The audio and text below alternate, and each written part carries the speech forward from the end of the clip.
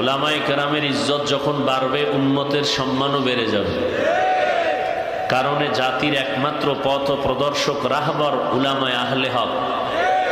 কিয়ামত পর্যন্ত আর কোনোদিন নবী আসবেন না, উম্মত চাইলেও নবী পাবে না। সাহাবায়ে কেরামও আসবেন? বলেন, আসবেন না। নবী নবুয়তের দরওয়াজায় তালা লাগায়া মদিনাতুল মুনাওয়ারায় কিয়ামত পর্যন্ত জিন্দা অবস্থায় থাকবেন, নামাজের হালাতে আল্লাহ পাকের মারিফতের মজা নিবেন। মাঝে মাঝে শুধু বকশিবাজারে আসবেন, বংশালে আসবেন, বাইতুল মুকাররমে আসবেন, কোন হুজুরদের মাহফিলে আসবেন। আল্লাহ আমাদের বুঝার তৌফিক দান করেন।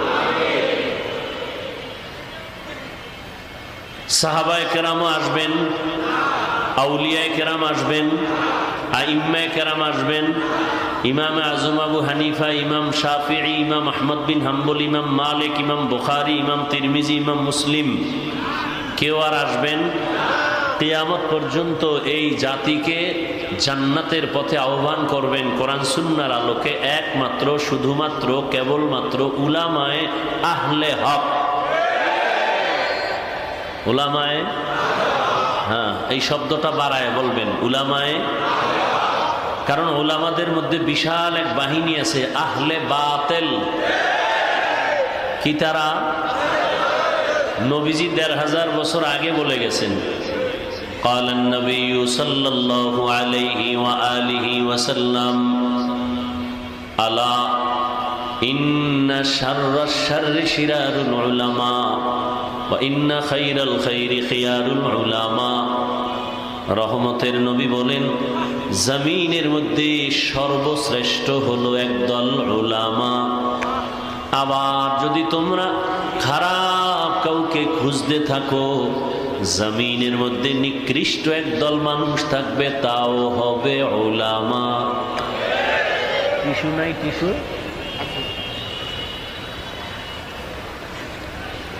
ভালো করে বুঝেন। জমিনের মধ্যে শ্রেষ্ঠ হবে একদল উলামা।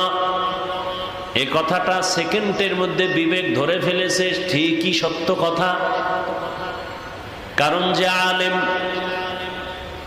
5 বেলার নামাজ পড়ে উজু বানায়, গালি দেয় না বাম হাতে, কিছু খায় না, পান করে না, এই মানুষটাই তো ভালো হবে। আর কে হবে?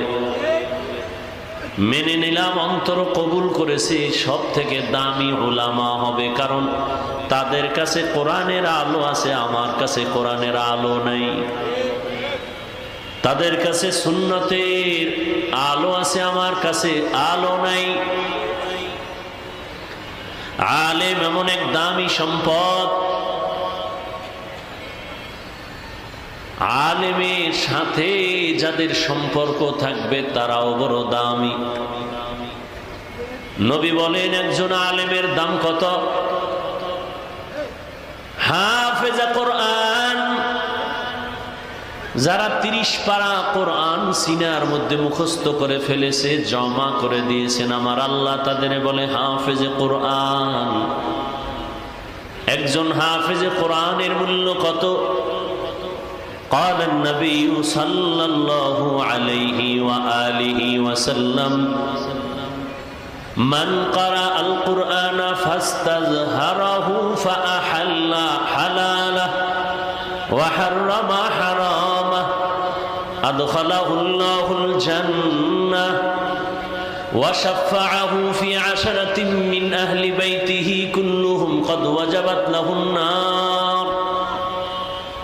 রহমতের নবী বলেন, যে কোরআন পড়লো, হালাল অনুযায়ী গ্রহণ করলো, হারামটাকে বর্জন করলো, এমন একজন হাফেজে কোরআন কিয়ামতের দিন তার আপন আত্মীয় স্বজন থেকে 10 জন জাহান্নামী, যাদের জন্য জাহান্নাম ওয়াজিব, আল্লাহ বলবেন, তুই আমার কোরআন হেফাজত করেছো, আজকে তোকে পাওয়ার দিলাম, আরো 10টা জাহান্নামীকে সুপারিশ কর, আমি তোমার সাথেই তাদেরকে জান্নাত দিয়ে দিব।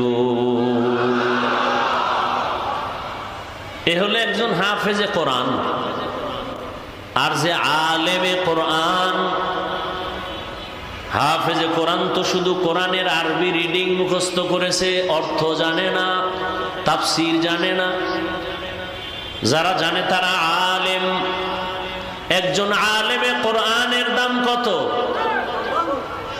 নবী বলেন বনি বকর, বনি গানাম, এদের এত বিশাল বড় বকরির পাল, কত শত বকরি ওই পালে গণনা করা যায় না।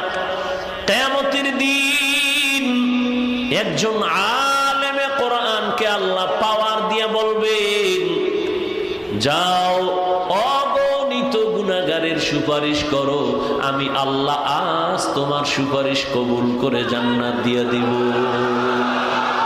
আতিনা ফি দারে দুনিয়া না হাসান, আতিনা ফি দারে উকবা না হাসান, ইয়া গিয়াসাল মুস্তাগীসিন ইহদিনা লিফতিখারা বিল উলুমে ওয়াল গিনা, হর গড়ি দে নে কো তু তৈয়ার है, जो न मांगे उससे तू बेजार है।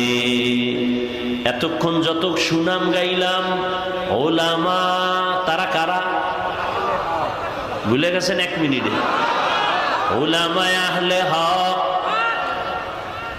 রহমতের নবী বলেন, এই দুনিয়ায় এত বড় ভালো উলামা, এদের থেকে ভালো মানুষ আর জমিনে নাই।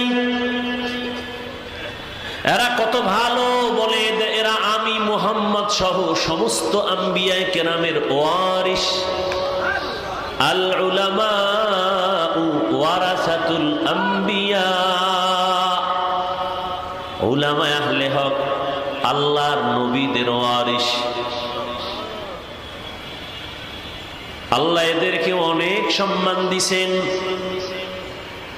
রহমতের নবী ভিন্ন হাদিসে বলেন, কোন মানুষ যখন উলামায়ে আহলে হকের মোলাকাতে ঘর থেকে বের হয়, প্রত্যেকের সাথে আমার আল্লাহ 70,000 রহমতের ফেরেশতা দিয়ে একটা কাফেলা বানায় দেয়। আলেমের কাছে যাও, ওর সাথে আমি মাওলার গভীর সম্পর্ক আছে। ইলমে রায়ে এজাজু করদন বেহিসাব, খলকে রাদাদন জওয়াবে বাসওয়াব, হক নাদারাত দোস্তে খলকা জারেরা, নিস্তে ই খসলত একে দিনদারেরা। খারাপ লাগে? কয় হুজুর বয়ান করেন, ফার্সি কবিতা টবিতা কি কেউ বুঝে? এগুলো না বললে হয় না। এরকম ছিদ্রান্বেষণকারী বন্ধু আছে না নাই? তাহলে এখানে তো কোরআনের আরবিও বুঝে না বহু মানুষ, তাহলে কি কোরআনের আয়াত পড়াও বাদ দিব? হ্যাঁ, দ্বীনের প্রত্যেকটা কথা তুমি বুঝো আর না বুঝো, কানের মধ্যে আওয়াজ যাবে, এর মধ্যে একটা বরকত আছে, দিলের বড় একটা তাসাল্লি আছে। আর এই কথাগুলো তো আমি ব্যক্তি না পাক, ব্যক্তির না, সরকার একটা ঘোষণা দিছে। এখন তো রেডিও আছে, টিভি আছে, সেন্টার আছে, সাংবাদিক আছে, পত্রিকা আছে। এমন একটা সময় এদেশের কোন কঠিন ঘোষণা যদি হতো, গ্রামে জানায় দিত, তারা টিন পিটায় পিটায় চৌকিদারেরা বলতো, এই ঘোষণা দিলাম সবাই মানো। ঠিক নি? চৌকিদার ঘোষণা দেয়, রাত্র 8টার পরে কোনো দোকান যেন খোলা না থাকে, মানুষ যেন বাহিরে হাঁটা চলা না করে। জালেম আর সন্ত্রাসীদের উৎপাত বেড়ে গেছে। এখন কোন নেতা, কোন মাস্তান যদি বলে, তোর মতো ফকিন্নি চৌকিদারের কথা আমি কেন শুনবো, তোর কথা শোনার আমার সময় নাই বলিয়া যদি চৌকিদারের উপরে খেপে যায়, মারে, আঘাত করে, সাথে সাথে সরকারবাদী মামলা হয়ে যাবে। বলবে সরকার কেন মামলা দিবে, আমি তো চৌকিদারকে ধমক দিছি। না, কথাটা চৌকিদারের না, কথা সরকার প্রধানের, কিন্তু স্পিকার বানাইছে চৌকিদারের স্পিকার। কথা বলতেছি আমি, স্পিকার থেকে কথা বের হয়, যদিও কথা আমি একটা স্পিকার থেকে বের করছি, কিন্তু কথাটা আমার না। আমার আল্লাহ বলেছেন, রহমতের নবী বলেছেন, রহমতের নবীর কথাই চলতেছে, স্পিকার হইয়া এক এক আলেমের জবান থেকে বের হচ্ছে। অতএব কথা আমি গরিব মানুষ বলি, নগণ্য গোলাম বলি, কথা তো নগণ্য না, কথা আমার আল্লাহর কথা। রহমতের নবী, যে নবীর চেহারার দিকে একটা নজর দিলে জাহান্নামের আগুন হারাম, যে নবীর চেহারা মোবারকে একটা মোহাব্বতের নজর দিলে পেটের ক্ষুধা থাকে না। কেমন আমার মায়ার নবী, যে নবী রাস্তা দিয়া হাঁটতেছেন, গাছের দুই পার্শ্বের গাছ নত হয়ে নবীরে সালাম জানায়।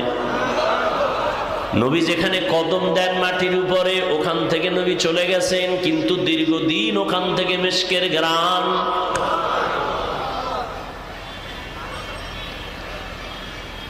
এই নবীর নিয়ে টানাটানি, নবীজির ঘাম থেকে মিশকের ঘ্রাণ। দুনিয়াতে আরো নবীর দাবিদার বহু মিথ্যাবাদী আছে, তাদের ঘাম থেকে কোনো ঘেরান ছিল না। তারা যদি এত দামি হয় তো এই নবী দাবি কইরা বাথরুমে মরে কেন? ভালো এই জন্য। हकीकत से तू दुनिया बेखबर है, दुनिया की नुमाइश पर नजर है। नबी नमी गोयम के अज दुनिया जुदा बाश, बहर कारे के बाशी बा खुदा बाश। ওলামায়ে কেরাম বড় দামি এক সম্পদ। ওলামায়ে কেরামের দ্বারাই তো আমরা আল্লাহকে চিনেছি, ওলামায়ে কেরামের মাধ্যমেই তো আমরা কালেমা শিখেছি, নামাজ শিখেছি, কিবলা চিনেছি, মা বাবার সম্মান করা শিখেছি। আজকে যদি বগুড়ার সেই সন্তান কোন আলেমের সাথে সম্পর্ক রাখত, ওই সন্তান কোনদিন মাকে জবাই করত না। আলেমের সাথে যত সম্পর্ক থাকবে, ওই সন্তান ভালোর দিকে আগাবে। সৎসঙ্গে স্বর্গবাস, অসৎসঙ্গে সোহবতে সালে তোরা সালে কুনাত, সোহবতে তালে তোরা তালে কুনাত।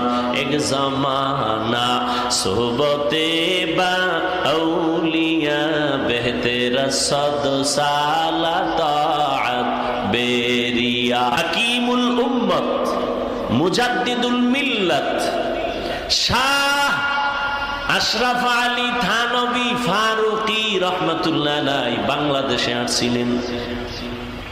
বাংলাদেশের ওলামায়ে কেরাম বয়ান শুনতেছেন। এক সময় তাকে একটা প্রশ্ন করেছিলেন হযরত। হাদিসে পাকে আছে, সন্তান মোহাব্বত লাগায় যদি মা বাবার চেহারা দিয়ে তাকায়, বাইতুল্লাহ পায়, বাইতুল্লাহর জিয়ারতের সওয়াব পায়। মা বাবার দিকে তাকাইলে বাইতুল্লাহর হজের সওয়াব, ঠিক না? তার মানে বাইতুল্লাহ জিয়ারতের সওয়াব মানে বাইতুল্লাহই পায় মা বাবার দিকে তাকালে। কিন্তু আমরা ওলিয়া উলিয়া যারা ওলামায়ে আহলে হক, এদের দিকে তাকাইলে আমরা কি পাবো? মা বাবার দিকে তাকাইলে বাইতুল্লাহ পায়, বাইতুল্লাহর জিয়ারত পায়, কবুল হজের সওয়াব। সাহাবায়ে কেরাম বলেন কয়বার? কয় যতবার তাকাইবা ততবার। থানবী রহমাতুল্লাহ আলাইহিকে প্রশ্ন করলেন, উলামায়ে আহলে হক যারা আহলুল্লাহ ওলিয়া উলিয়া তাদের দিকে তাকাইলে কি পাবো? হাকিমুল উম্মাত শাহ আশরাফ আলী থানবী ফারুকী রহমাতুল্লাহ আলাইহি বলেন, একটা সন্তান মা বাবা চেহারা দিয়ে তাকাইলে বাইতুল্লাহ পায়, বাইতুল্লাহর জিয়ারত পায়। কিন্তু একজন আল্লাহর আশিক যখন একজন কোরআনওয়ালা তাকওয়াওয়ালা আহলুল্লাহ ওলিয়ে কামেল এর দিকে তাকায়, শুধু বাইতুল্লাহ পায় না, বাইতুল্লাহর মালিকের পেয়ে যায়। সোহবতে সালে তোরা সালে কুনা, সোহবতে তালে তোরা তালে কুনা, তেগ জামানা সোহবতে বা আউলিয়া বেহতের সদ সালা তাআত বেরিয়া। বলতেছিলাম উলামায়ে আহলে হক অনেক দামি। উলামায়ে কেরামের মজলিসে বসছেন, আল্লাহ ফেরেশতাদেরকে নিয়ে একটা মজলিস মিলায় বলে, ফেরেশতা তোমাদের সাক্ষী রেখে বললাম আমার উলামায়ে কেরামের ময়দানে যারা বসছে তাদের কোরআন সুন্নাহর কথা শোনার জন্য ঘোষণা দেও, এদের জীবনের সব গুনাহগুলো মাফ করে দিলাম। قال النبي صلى الله عليه وآله وسلم عليك بمجالسة العلماء واسمع كلام الحكماء فإن الله تعالى لا يحيي القلب الميت بنور الحكمة كما يحيي الأرض الميتة بوابل المطر أو كما قال النبي عليه الصلاة والسلام। আল্লাহর নবী বলেন, লোকমানে হাকিম তার সন্তানকে উপদেশ দিতেছেন, সেই উপদেশ আমি সাহাবাদেরকে শুনাইতেছি। সাহাবায়ে কেরাম শুনেন। উলামায়ে কেরামের মজলিসের দাম কত, কোরআনের ইলম ওয়ালাদের মজলিসের দাম কত।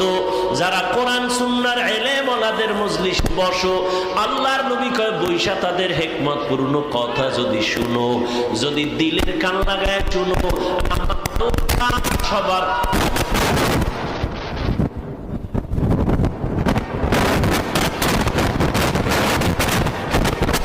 এখন যে বুঝে না দিলটা মরা আবার জিন্দা কেমন, এটা যে বুঝে না তারে কেমনে বুঝাবো? قال النبي صلى الله عليه وآله وسلم আলা সাবধান উম্মত, ইন্না ফিল জাসাদি লামুদগাহ ইযা সালুহাত সালুহাল জাসাদু কুল্লু ওয়া ইযা ফাসাদাত ফাসাদাল জাসাদু কুল্লু আলা ওয়া হিয়াল কলব। রহমতের নবী বলেন, প্রত্যেকটা মানুষের ভেতর একটা গোশতের টুকরা আছে আল্লাহর দেওয়া, এটার নাম কলব। এটার নাম কি? এটার নাম কলব, এটার নাম দিল, এটার নাম কলব। এই কলবের টুকরা যদি ভালো থাকে পুরা মানুষটাই ভালো, আর এই গোশতের টুকরা কলব যার খারাপ পুরা মানুষটাই। বলে কলব খারাপ হয় কেমনে? নবী ভিন্ন হাদিসে বলেন, একটা গুনাহ করলে কলবে একটা কালো দাগ পড়ে, দুই গুনাহ করলে দুইটা কালো দাগ পড়ে। এভাবে গুনাহ করতে করতে করতে করতে অন্তরের মধ্যে কালো পর্দা পড়ে যায়। এবার আমার চশমার আয়নাটা সাদা, যখন কালো চশমা দিয়ে আমি বসবো তখন দেখবো সাদা বাতি সব কালো, সাদা কাপড় কালো। আসলে বাতি কালো না, সমস্যা আমার চোখের ভেতরে। জমিনের ভিতরে কোরআনের বয়ান ভালো, উলামায়ে আহলে হক ভালো, ওয়াজ মাহফিল ভালো, মাদ্রাসা ভালো, মসজিদ ভালো, পীর মুরিদি ভালো, চরমনাই ভালো, উজানি ভালো, বাহাদুরপুর ভালো, জৈনপুর ভালো, বাহাদুরপুর ভালো, ফুরফুরা ভালো, নানুপুর ভালো, হাটহাজারী ভালো, লালবাগ ভালো, মালিবাগ ভালো, মাদ্রাসা ভালো, উলামায়ে কেরাম ভালো। যারা বলে ভালো না ভালো না ভালো না, আসলে ওদের কলব বড় খারাপ। তুকু যাও সুন্নতে আহমদ কুজাবা মুহাম্মদ কৈবুয়ত নিসবতুরা মান আহাব্বা সুন্নতি কওলে রসুল মজদায়ে কানা মাই হাম কুন কবুল। নবীজি বলেন উলামায়ে কেরামের মজলিসে বসলে মুর্দা দিল কি হয়? দিল কিন্তু দুনিয়াতে আসার সময় জিন্দা ছিল, তাজা ছিল। قال النبي صلى الله عليه وآله وسلم ما من مولود إلا يولد على الفطرة فأبواه يهودانه أو ينصرانه أو يمجسانه إلى آخر الحديث। নবী বলেন যত সন্তান ভূমিষ্ঠ হয় তার কলবের গোশতের টুকরা থাকে স্বচ্ছ, পরিষ্কার, পবিত্র। মা বাবা ওই সন্তানকে খারাপ বানায়, মূর্তি পূজারী বানায়, অগ্নি পূজারী বানায়, গায়রুল্লাহর গোলাম বানায়। মা বাবা কে বানায়? বাচ্চা তো আমার ঘরে আছে, আপনাদের ঘরেও আছে। সবার ঘরের বাচ্চা হাসে না কাঁদে? কথা বলেন না কেন? কাঁদে। আমরা বাচ্চা কানলে কোনোদিন তো পুতুল কিনা দেই নাই। আর তোমার বাচ্চা কান্না করতেছে, তুমি বাজার থেকে দৌড়ায় গিয়ে একটা পুতুল কিনে দিছো বাচ্চার হাতে। নবী বলেন মা বাবা সন্তানের খারাপ বানায়। এজন্য কিয়ামতের দিন সব সন্তানেরা আল্লাহর আদালতে মা বাবার বিরুদ্ধে মামলা দায়ের করবে। ও দয়ার মালিক, আমি দাড়ি কাটি নাই, নামাজ সারি নাই, আমার আব্বা আম্মা আমারে নামাজের তালিম দেয় নাই, আমার আব্বা আম্মারে ধরো। আল্লাহ সূরা আহজাবের ৬৭ নম্বর আয়াতে বলেন রব্বানা ইন্না আতা'না সাদাতানা ওয়া কুবারানা ফাআদাল্লুনাস সাবিলা। মামলার আয়াত পেশ করবে, মামলা দিয়ে দিছে। এবার আল্লাহ কইবে তোরে বুদ্ধি দিছিলাম নি? হ্যাঁ দিছি না। বিবেক দিছিনি? হ্যাঁ। কুত্তা শুয়ারের তো দেই নাই ভালো মন্দ যাচাই করার জন্য, হক আর না হক বন্ধ বুঝার জন্য গরুরে আকল দেই নাই। গরুর যদি দিতাম এটা হক এটা বাতিল, তাহলে মালিকের দেখাইতো, অন্যের ফসলে মুখ লাগাইতো না। আমি তো কোনটা ভালো কোনটা খারাপ, কোনটা হালাল কোনটা হারাম এটা বুঝার জন্য মেধা তো মানুষকেই দিয়েছি। এরপরও যদি মানুষ হালালটা পাইলেও খায়, হারামটাও খায়, গরুর মতো ভেদাভেদ না করে, আল্লাহ কয় তোর থেকে গরু অনেক ভালো। তুই গরুর থেকে খারাপ, তুই গরু না, গরু না, গরুর থেকে। আল্লাহ কোরআনে সূরা আরাফনায় পাড়ায় বলেন ওয়ালাকাদ যারানা লি জাহান্নামা কাসীরাম মিনাল জিন্নি ওয়াল ইনস লাহুম কুলুবুন লা ইয়াফকাহুনা বিহা ওয়া লাহুম আ'য়ুনুন লা ইবসিরুনা বিহা ওয়া লাহুম আযানুন লা ইয়াসমাউনা বিহা উলাইকা কাল আনআমি বাল হুম আদাল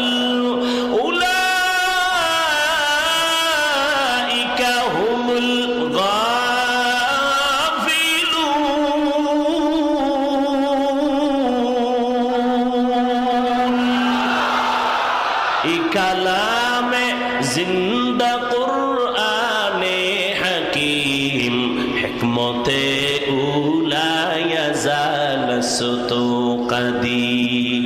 আল্লাহ বলেন অধিকাংশ মানুষেরা জাহান্নামে যাবে। কম না বেশি? অধিকাংশ মানুষ জাহান্নামে যাবে। কেন? আমি আল্লাহ এদের কলব দিছি ফিকির করার জন্য, গবেষণা করার জন্য, গবেষণা করে না। আমি আল্লাহ এদের চক্ষু দিছি দেখার জন্য, দেখে না। আমি আল্লাহ এদের কান দিছি শোনার জন্য, শুনে না। তাহলে কি চশমা দিয়ে আটকায়? কয় না, যা শুনতে বলছি তা শুনে না।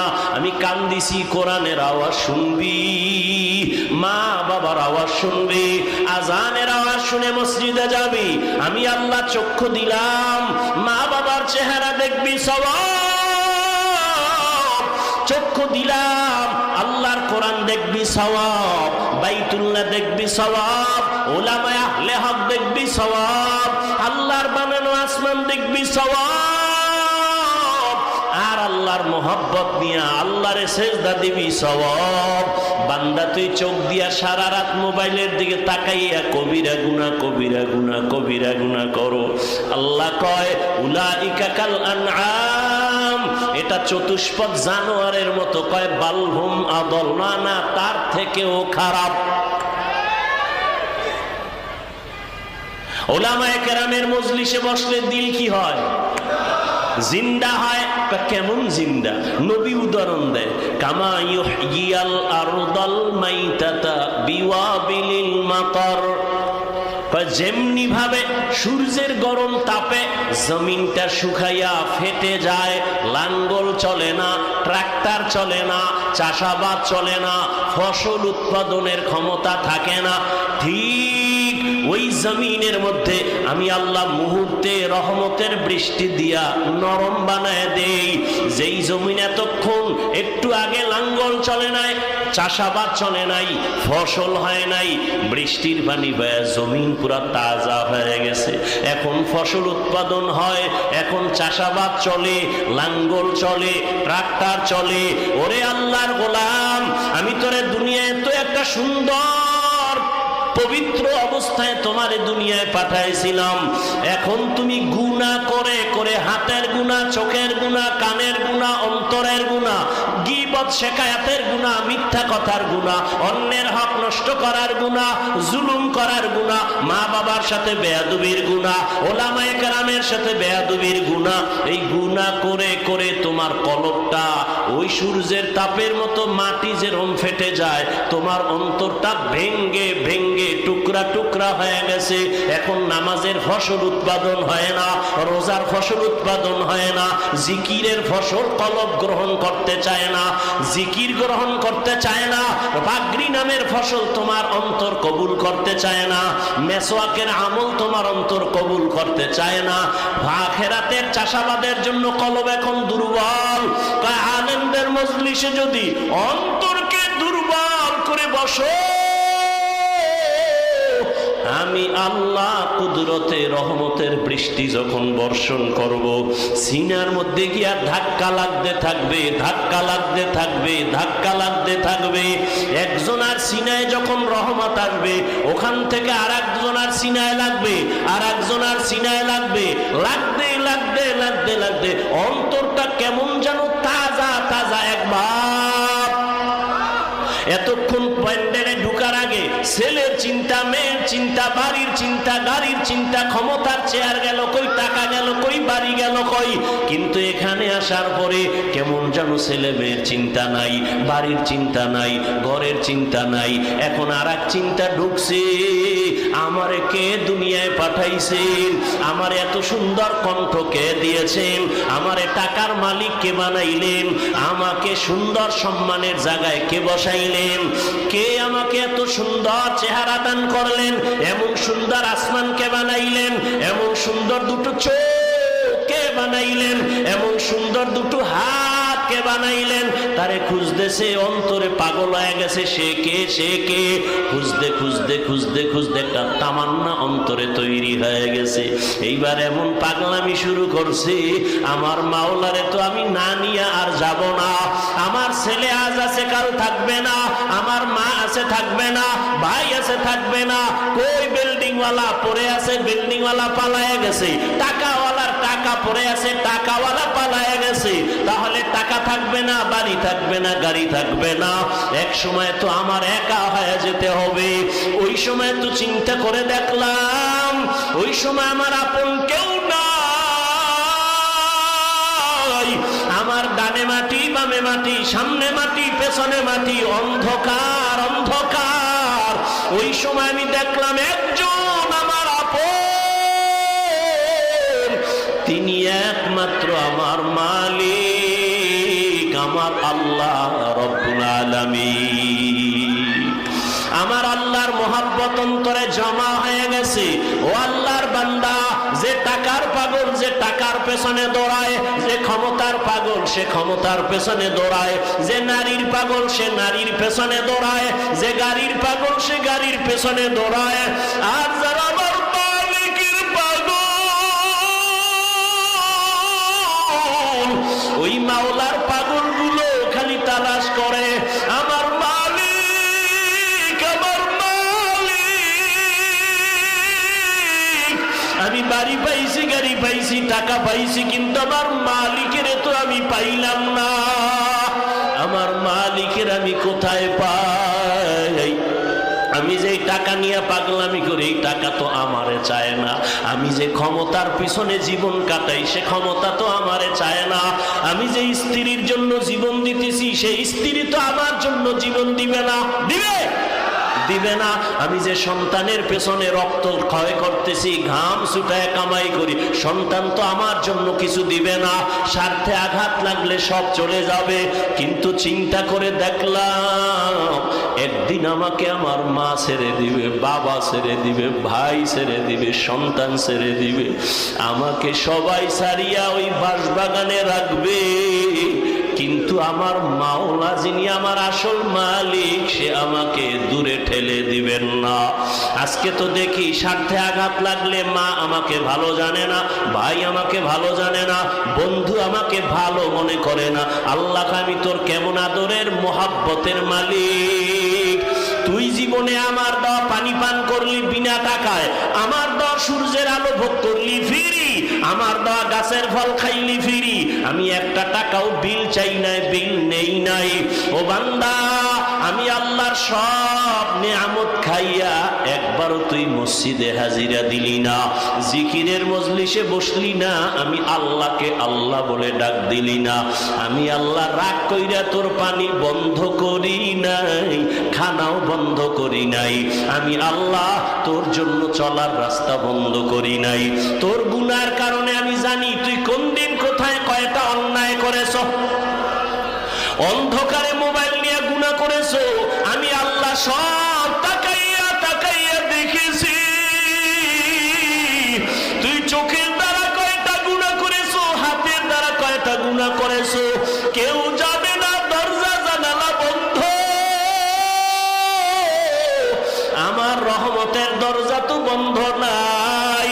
আমি আল্লাহ রাগ করে পানিও বন্ধ করি নাই, সম্মানের চেয়ার থেকেও ফালাইয়া দেই নাই, বরং আমি এত মায়া নিয়ে তোরে ডাকছি, আয় আয় আয়। আমার রহমতের দরজা ছাড়িয়া তুই কোথায় যাও? ওরে বান্দা, আমার দরজা ছাড়া তুই যেদিকেই যাবি সেদিকেই তো জাহান্নামের আগুন। ওই জাহান্নামের আগুন তো সহ্য করতে পারবি না। রে বান্দা, ফিরিয়া আয় আয়। যদি একবার ফিরিয়া আইসা একবার আল্লাহ বলি আমাকে ডাক দাও, তোর জীবনের সব গুনাহ আমি মাফ করে দিব। ইয়া ইলাহি মুঝসে মুঝকো দূর কর, তাকে দেখো मुझ में तुझको एक नजर। या इलाही तू मेरा माबूद है, या इलाही तू मेरा माशूक है। আল্লাহ পাক চান না তার আদরের কোন গোলাম জাহান্নামে যাবে। আল্লাহ বড় মায়া কইরা বানাইছেন তো, এই জন্য আল্লাহ এক সেকেন্ডের জন্য চান না তার বানানো কোনো আদরের গোলাম জাহান্নামে যাবে। এলাকায় একজন আল্লাহর ওলি আসছেন, মানুষ দোয়ার জন্য লাইন দিছে। খবর শুই না সনাতন ধর্মের একটা যুবক হিন্দু ছেলেও দেখা করতে গেছে, দোয়া নিবে।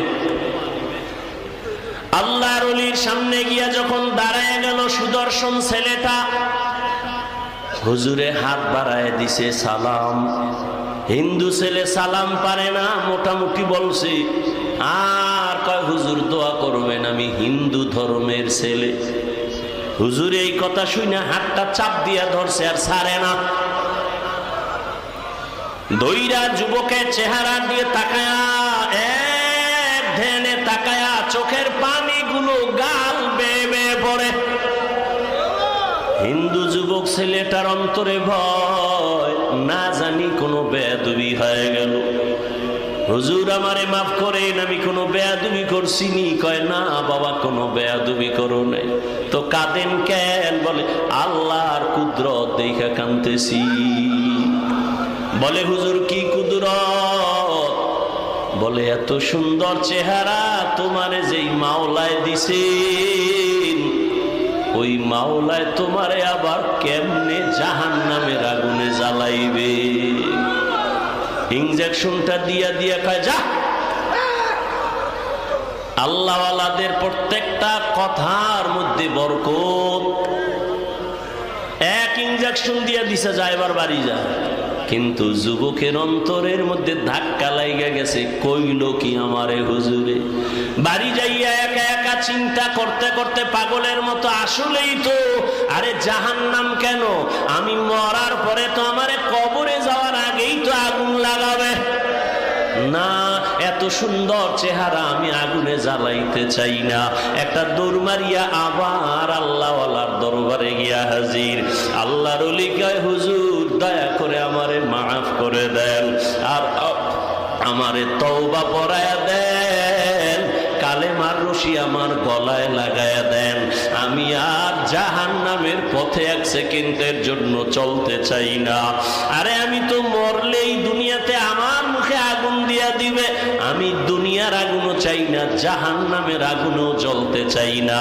হুজুর আমাকে তওবা পড়ায়া কালেমাওয়ালা মুসলমান বানায়া দেয়। উলামায়ে আহলে হকের মজলিসে বসার দ্বারা মানুষের মরা দিল জিন্দা হয়ে যায়। এই জন্যই তো বলি, যারা বলে আমরা ওলিয়া উলিয়া মানি না, উলামায়ে কেরাম চাই না, ওরা বাতিল, ওরা ধোঁকাবাজ, ওদের দুনিয়াও বরবাদ, আখিরাতও বরবাদ। এই যারা দুনিয়া দুনিয়া জিকির করে, আল্লাহর জাত ও সিফাতের কসম, যারা নামাজে দাঁড়াইয়াও দুনিয়া, দোকান, সক্ষমতা, এই সেই, আমি তো হিসাব পরিপূর্ণ করে দেখছি, ওরা দুনিয়াও পায় না, আখিরাতও না। দুনিয়া দুনিয়া দুনিয়া কইরা কইরা পালাইছে, জুতা নেওয়ার টাইম নেই, পাইছে দুনিয়া। তো এই ক্ষমতার লাভ কি যে পলাইতে হবে? এই ক্ষমতার পিছনে দৌড়ায় লাভ কি যে ফুলের মালার পরে জুতার মালা? এই 10 তলা বিল্ডিং এর বাহাদুরি করে লাভ কি যে বিল্ডিং এ ঘুমানের কপাল হবে না? ওই কোটি কোটি টাকা ব্যাংকে রেখে লাভ কি যে টাকা আমি ভোগ করতে পারবো না? তাহলে দুনিয়া দুনিয়া কইরা না পাইলো দুনিয়া, না পাইলো আখেরাত। আর যারা আখেরাত আখেরাত করে, এরা ইনশাআল্লাহ আখেরাত তো পাবেই, দুনিয়ায় যা পাবে বোনাস। আমরা আখেরাত আখেরাত কইরা চলতে গিয়া কি না খাইয়া মইরা গেছি। মহামারী করোনায় চাকরি নাই, ব্যবসা নাই, দোকান বন্ধ, চাকরি বন্ধ।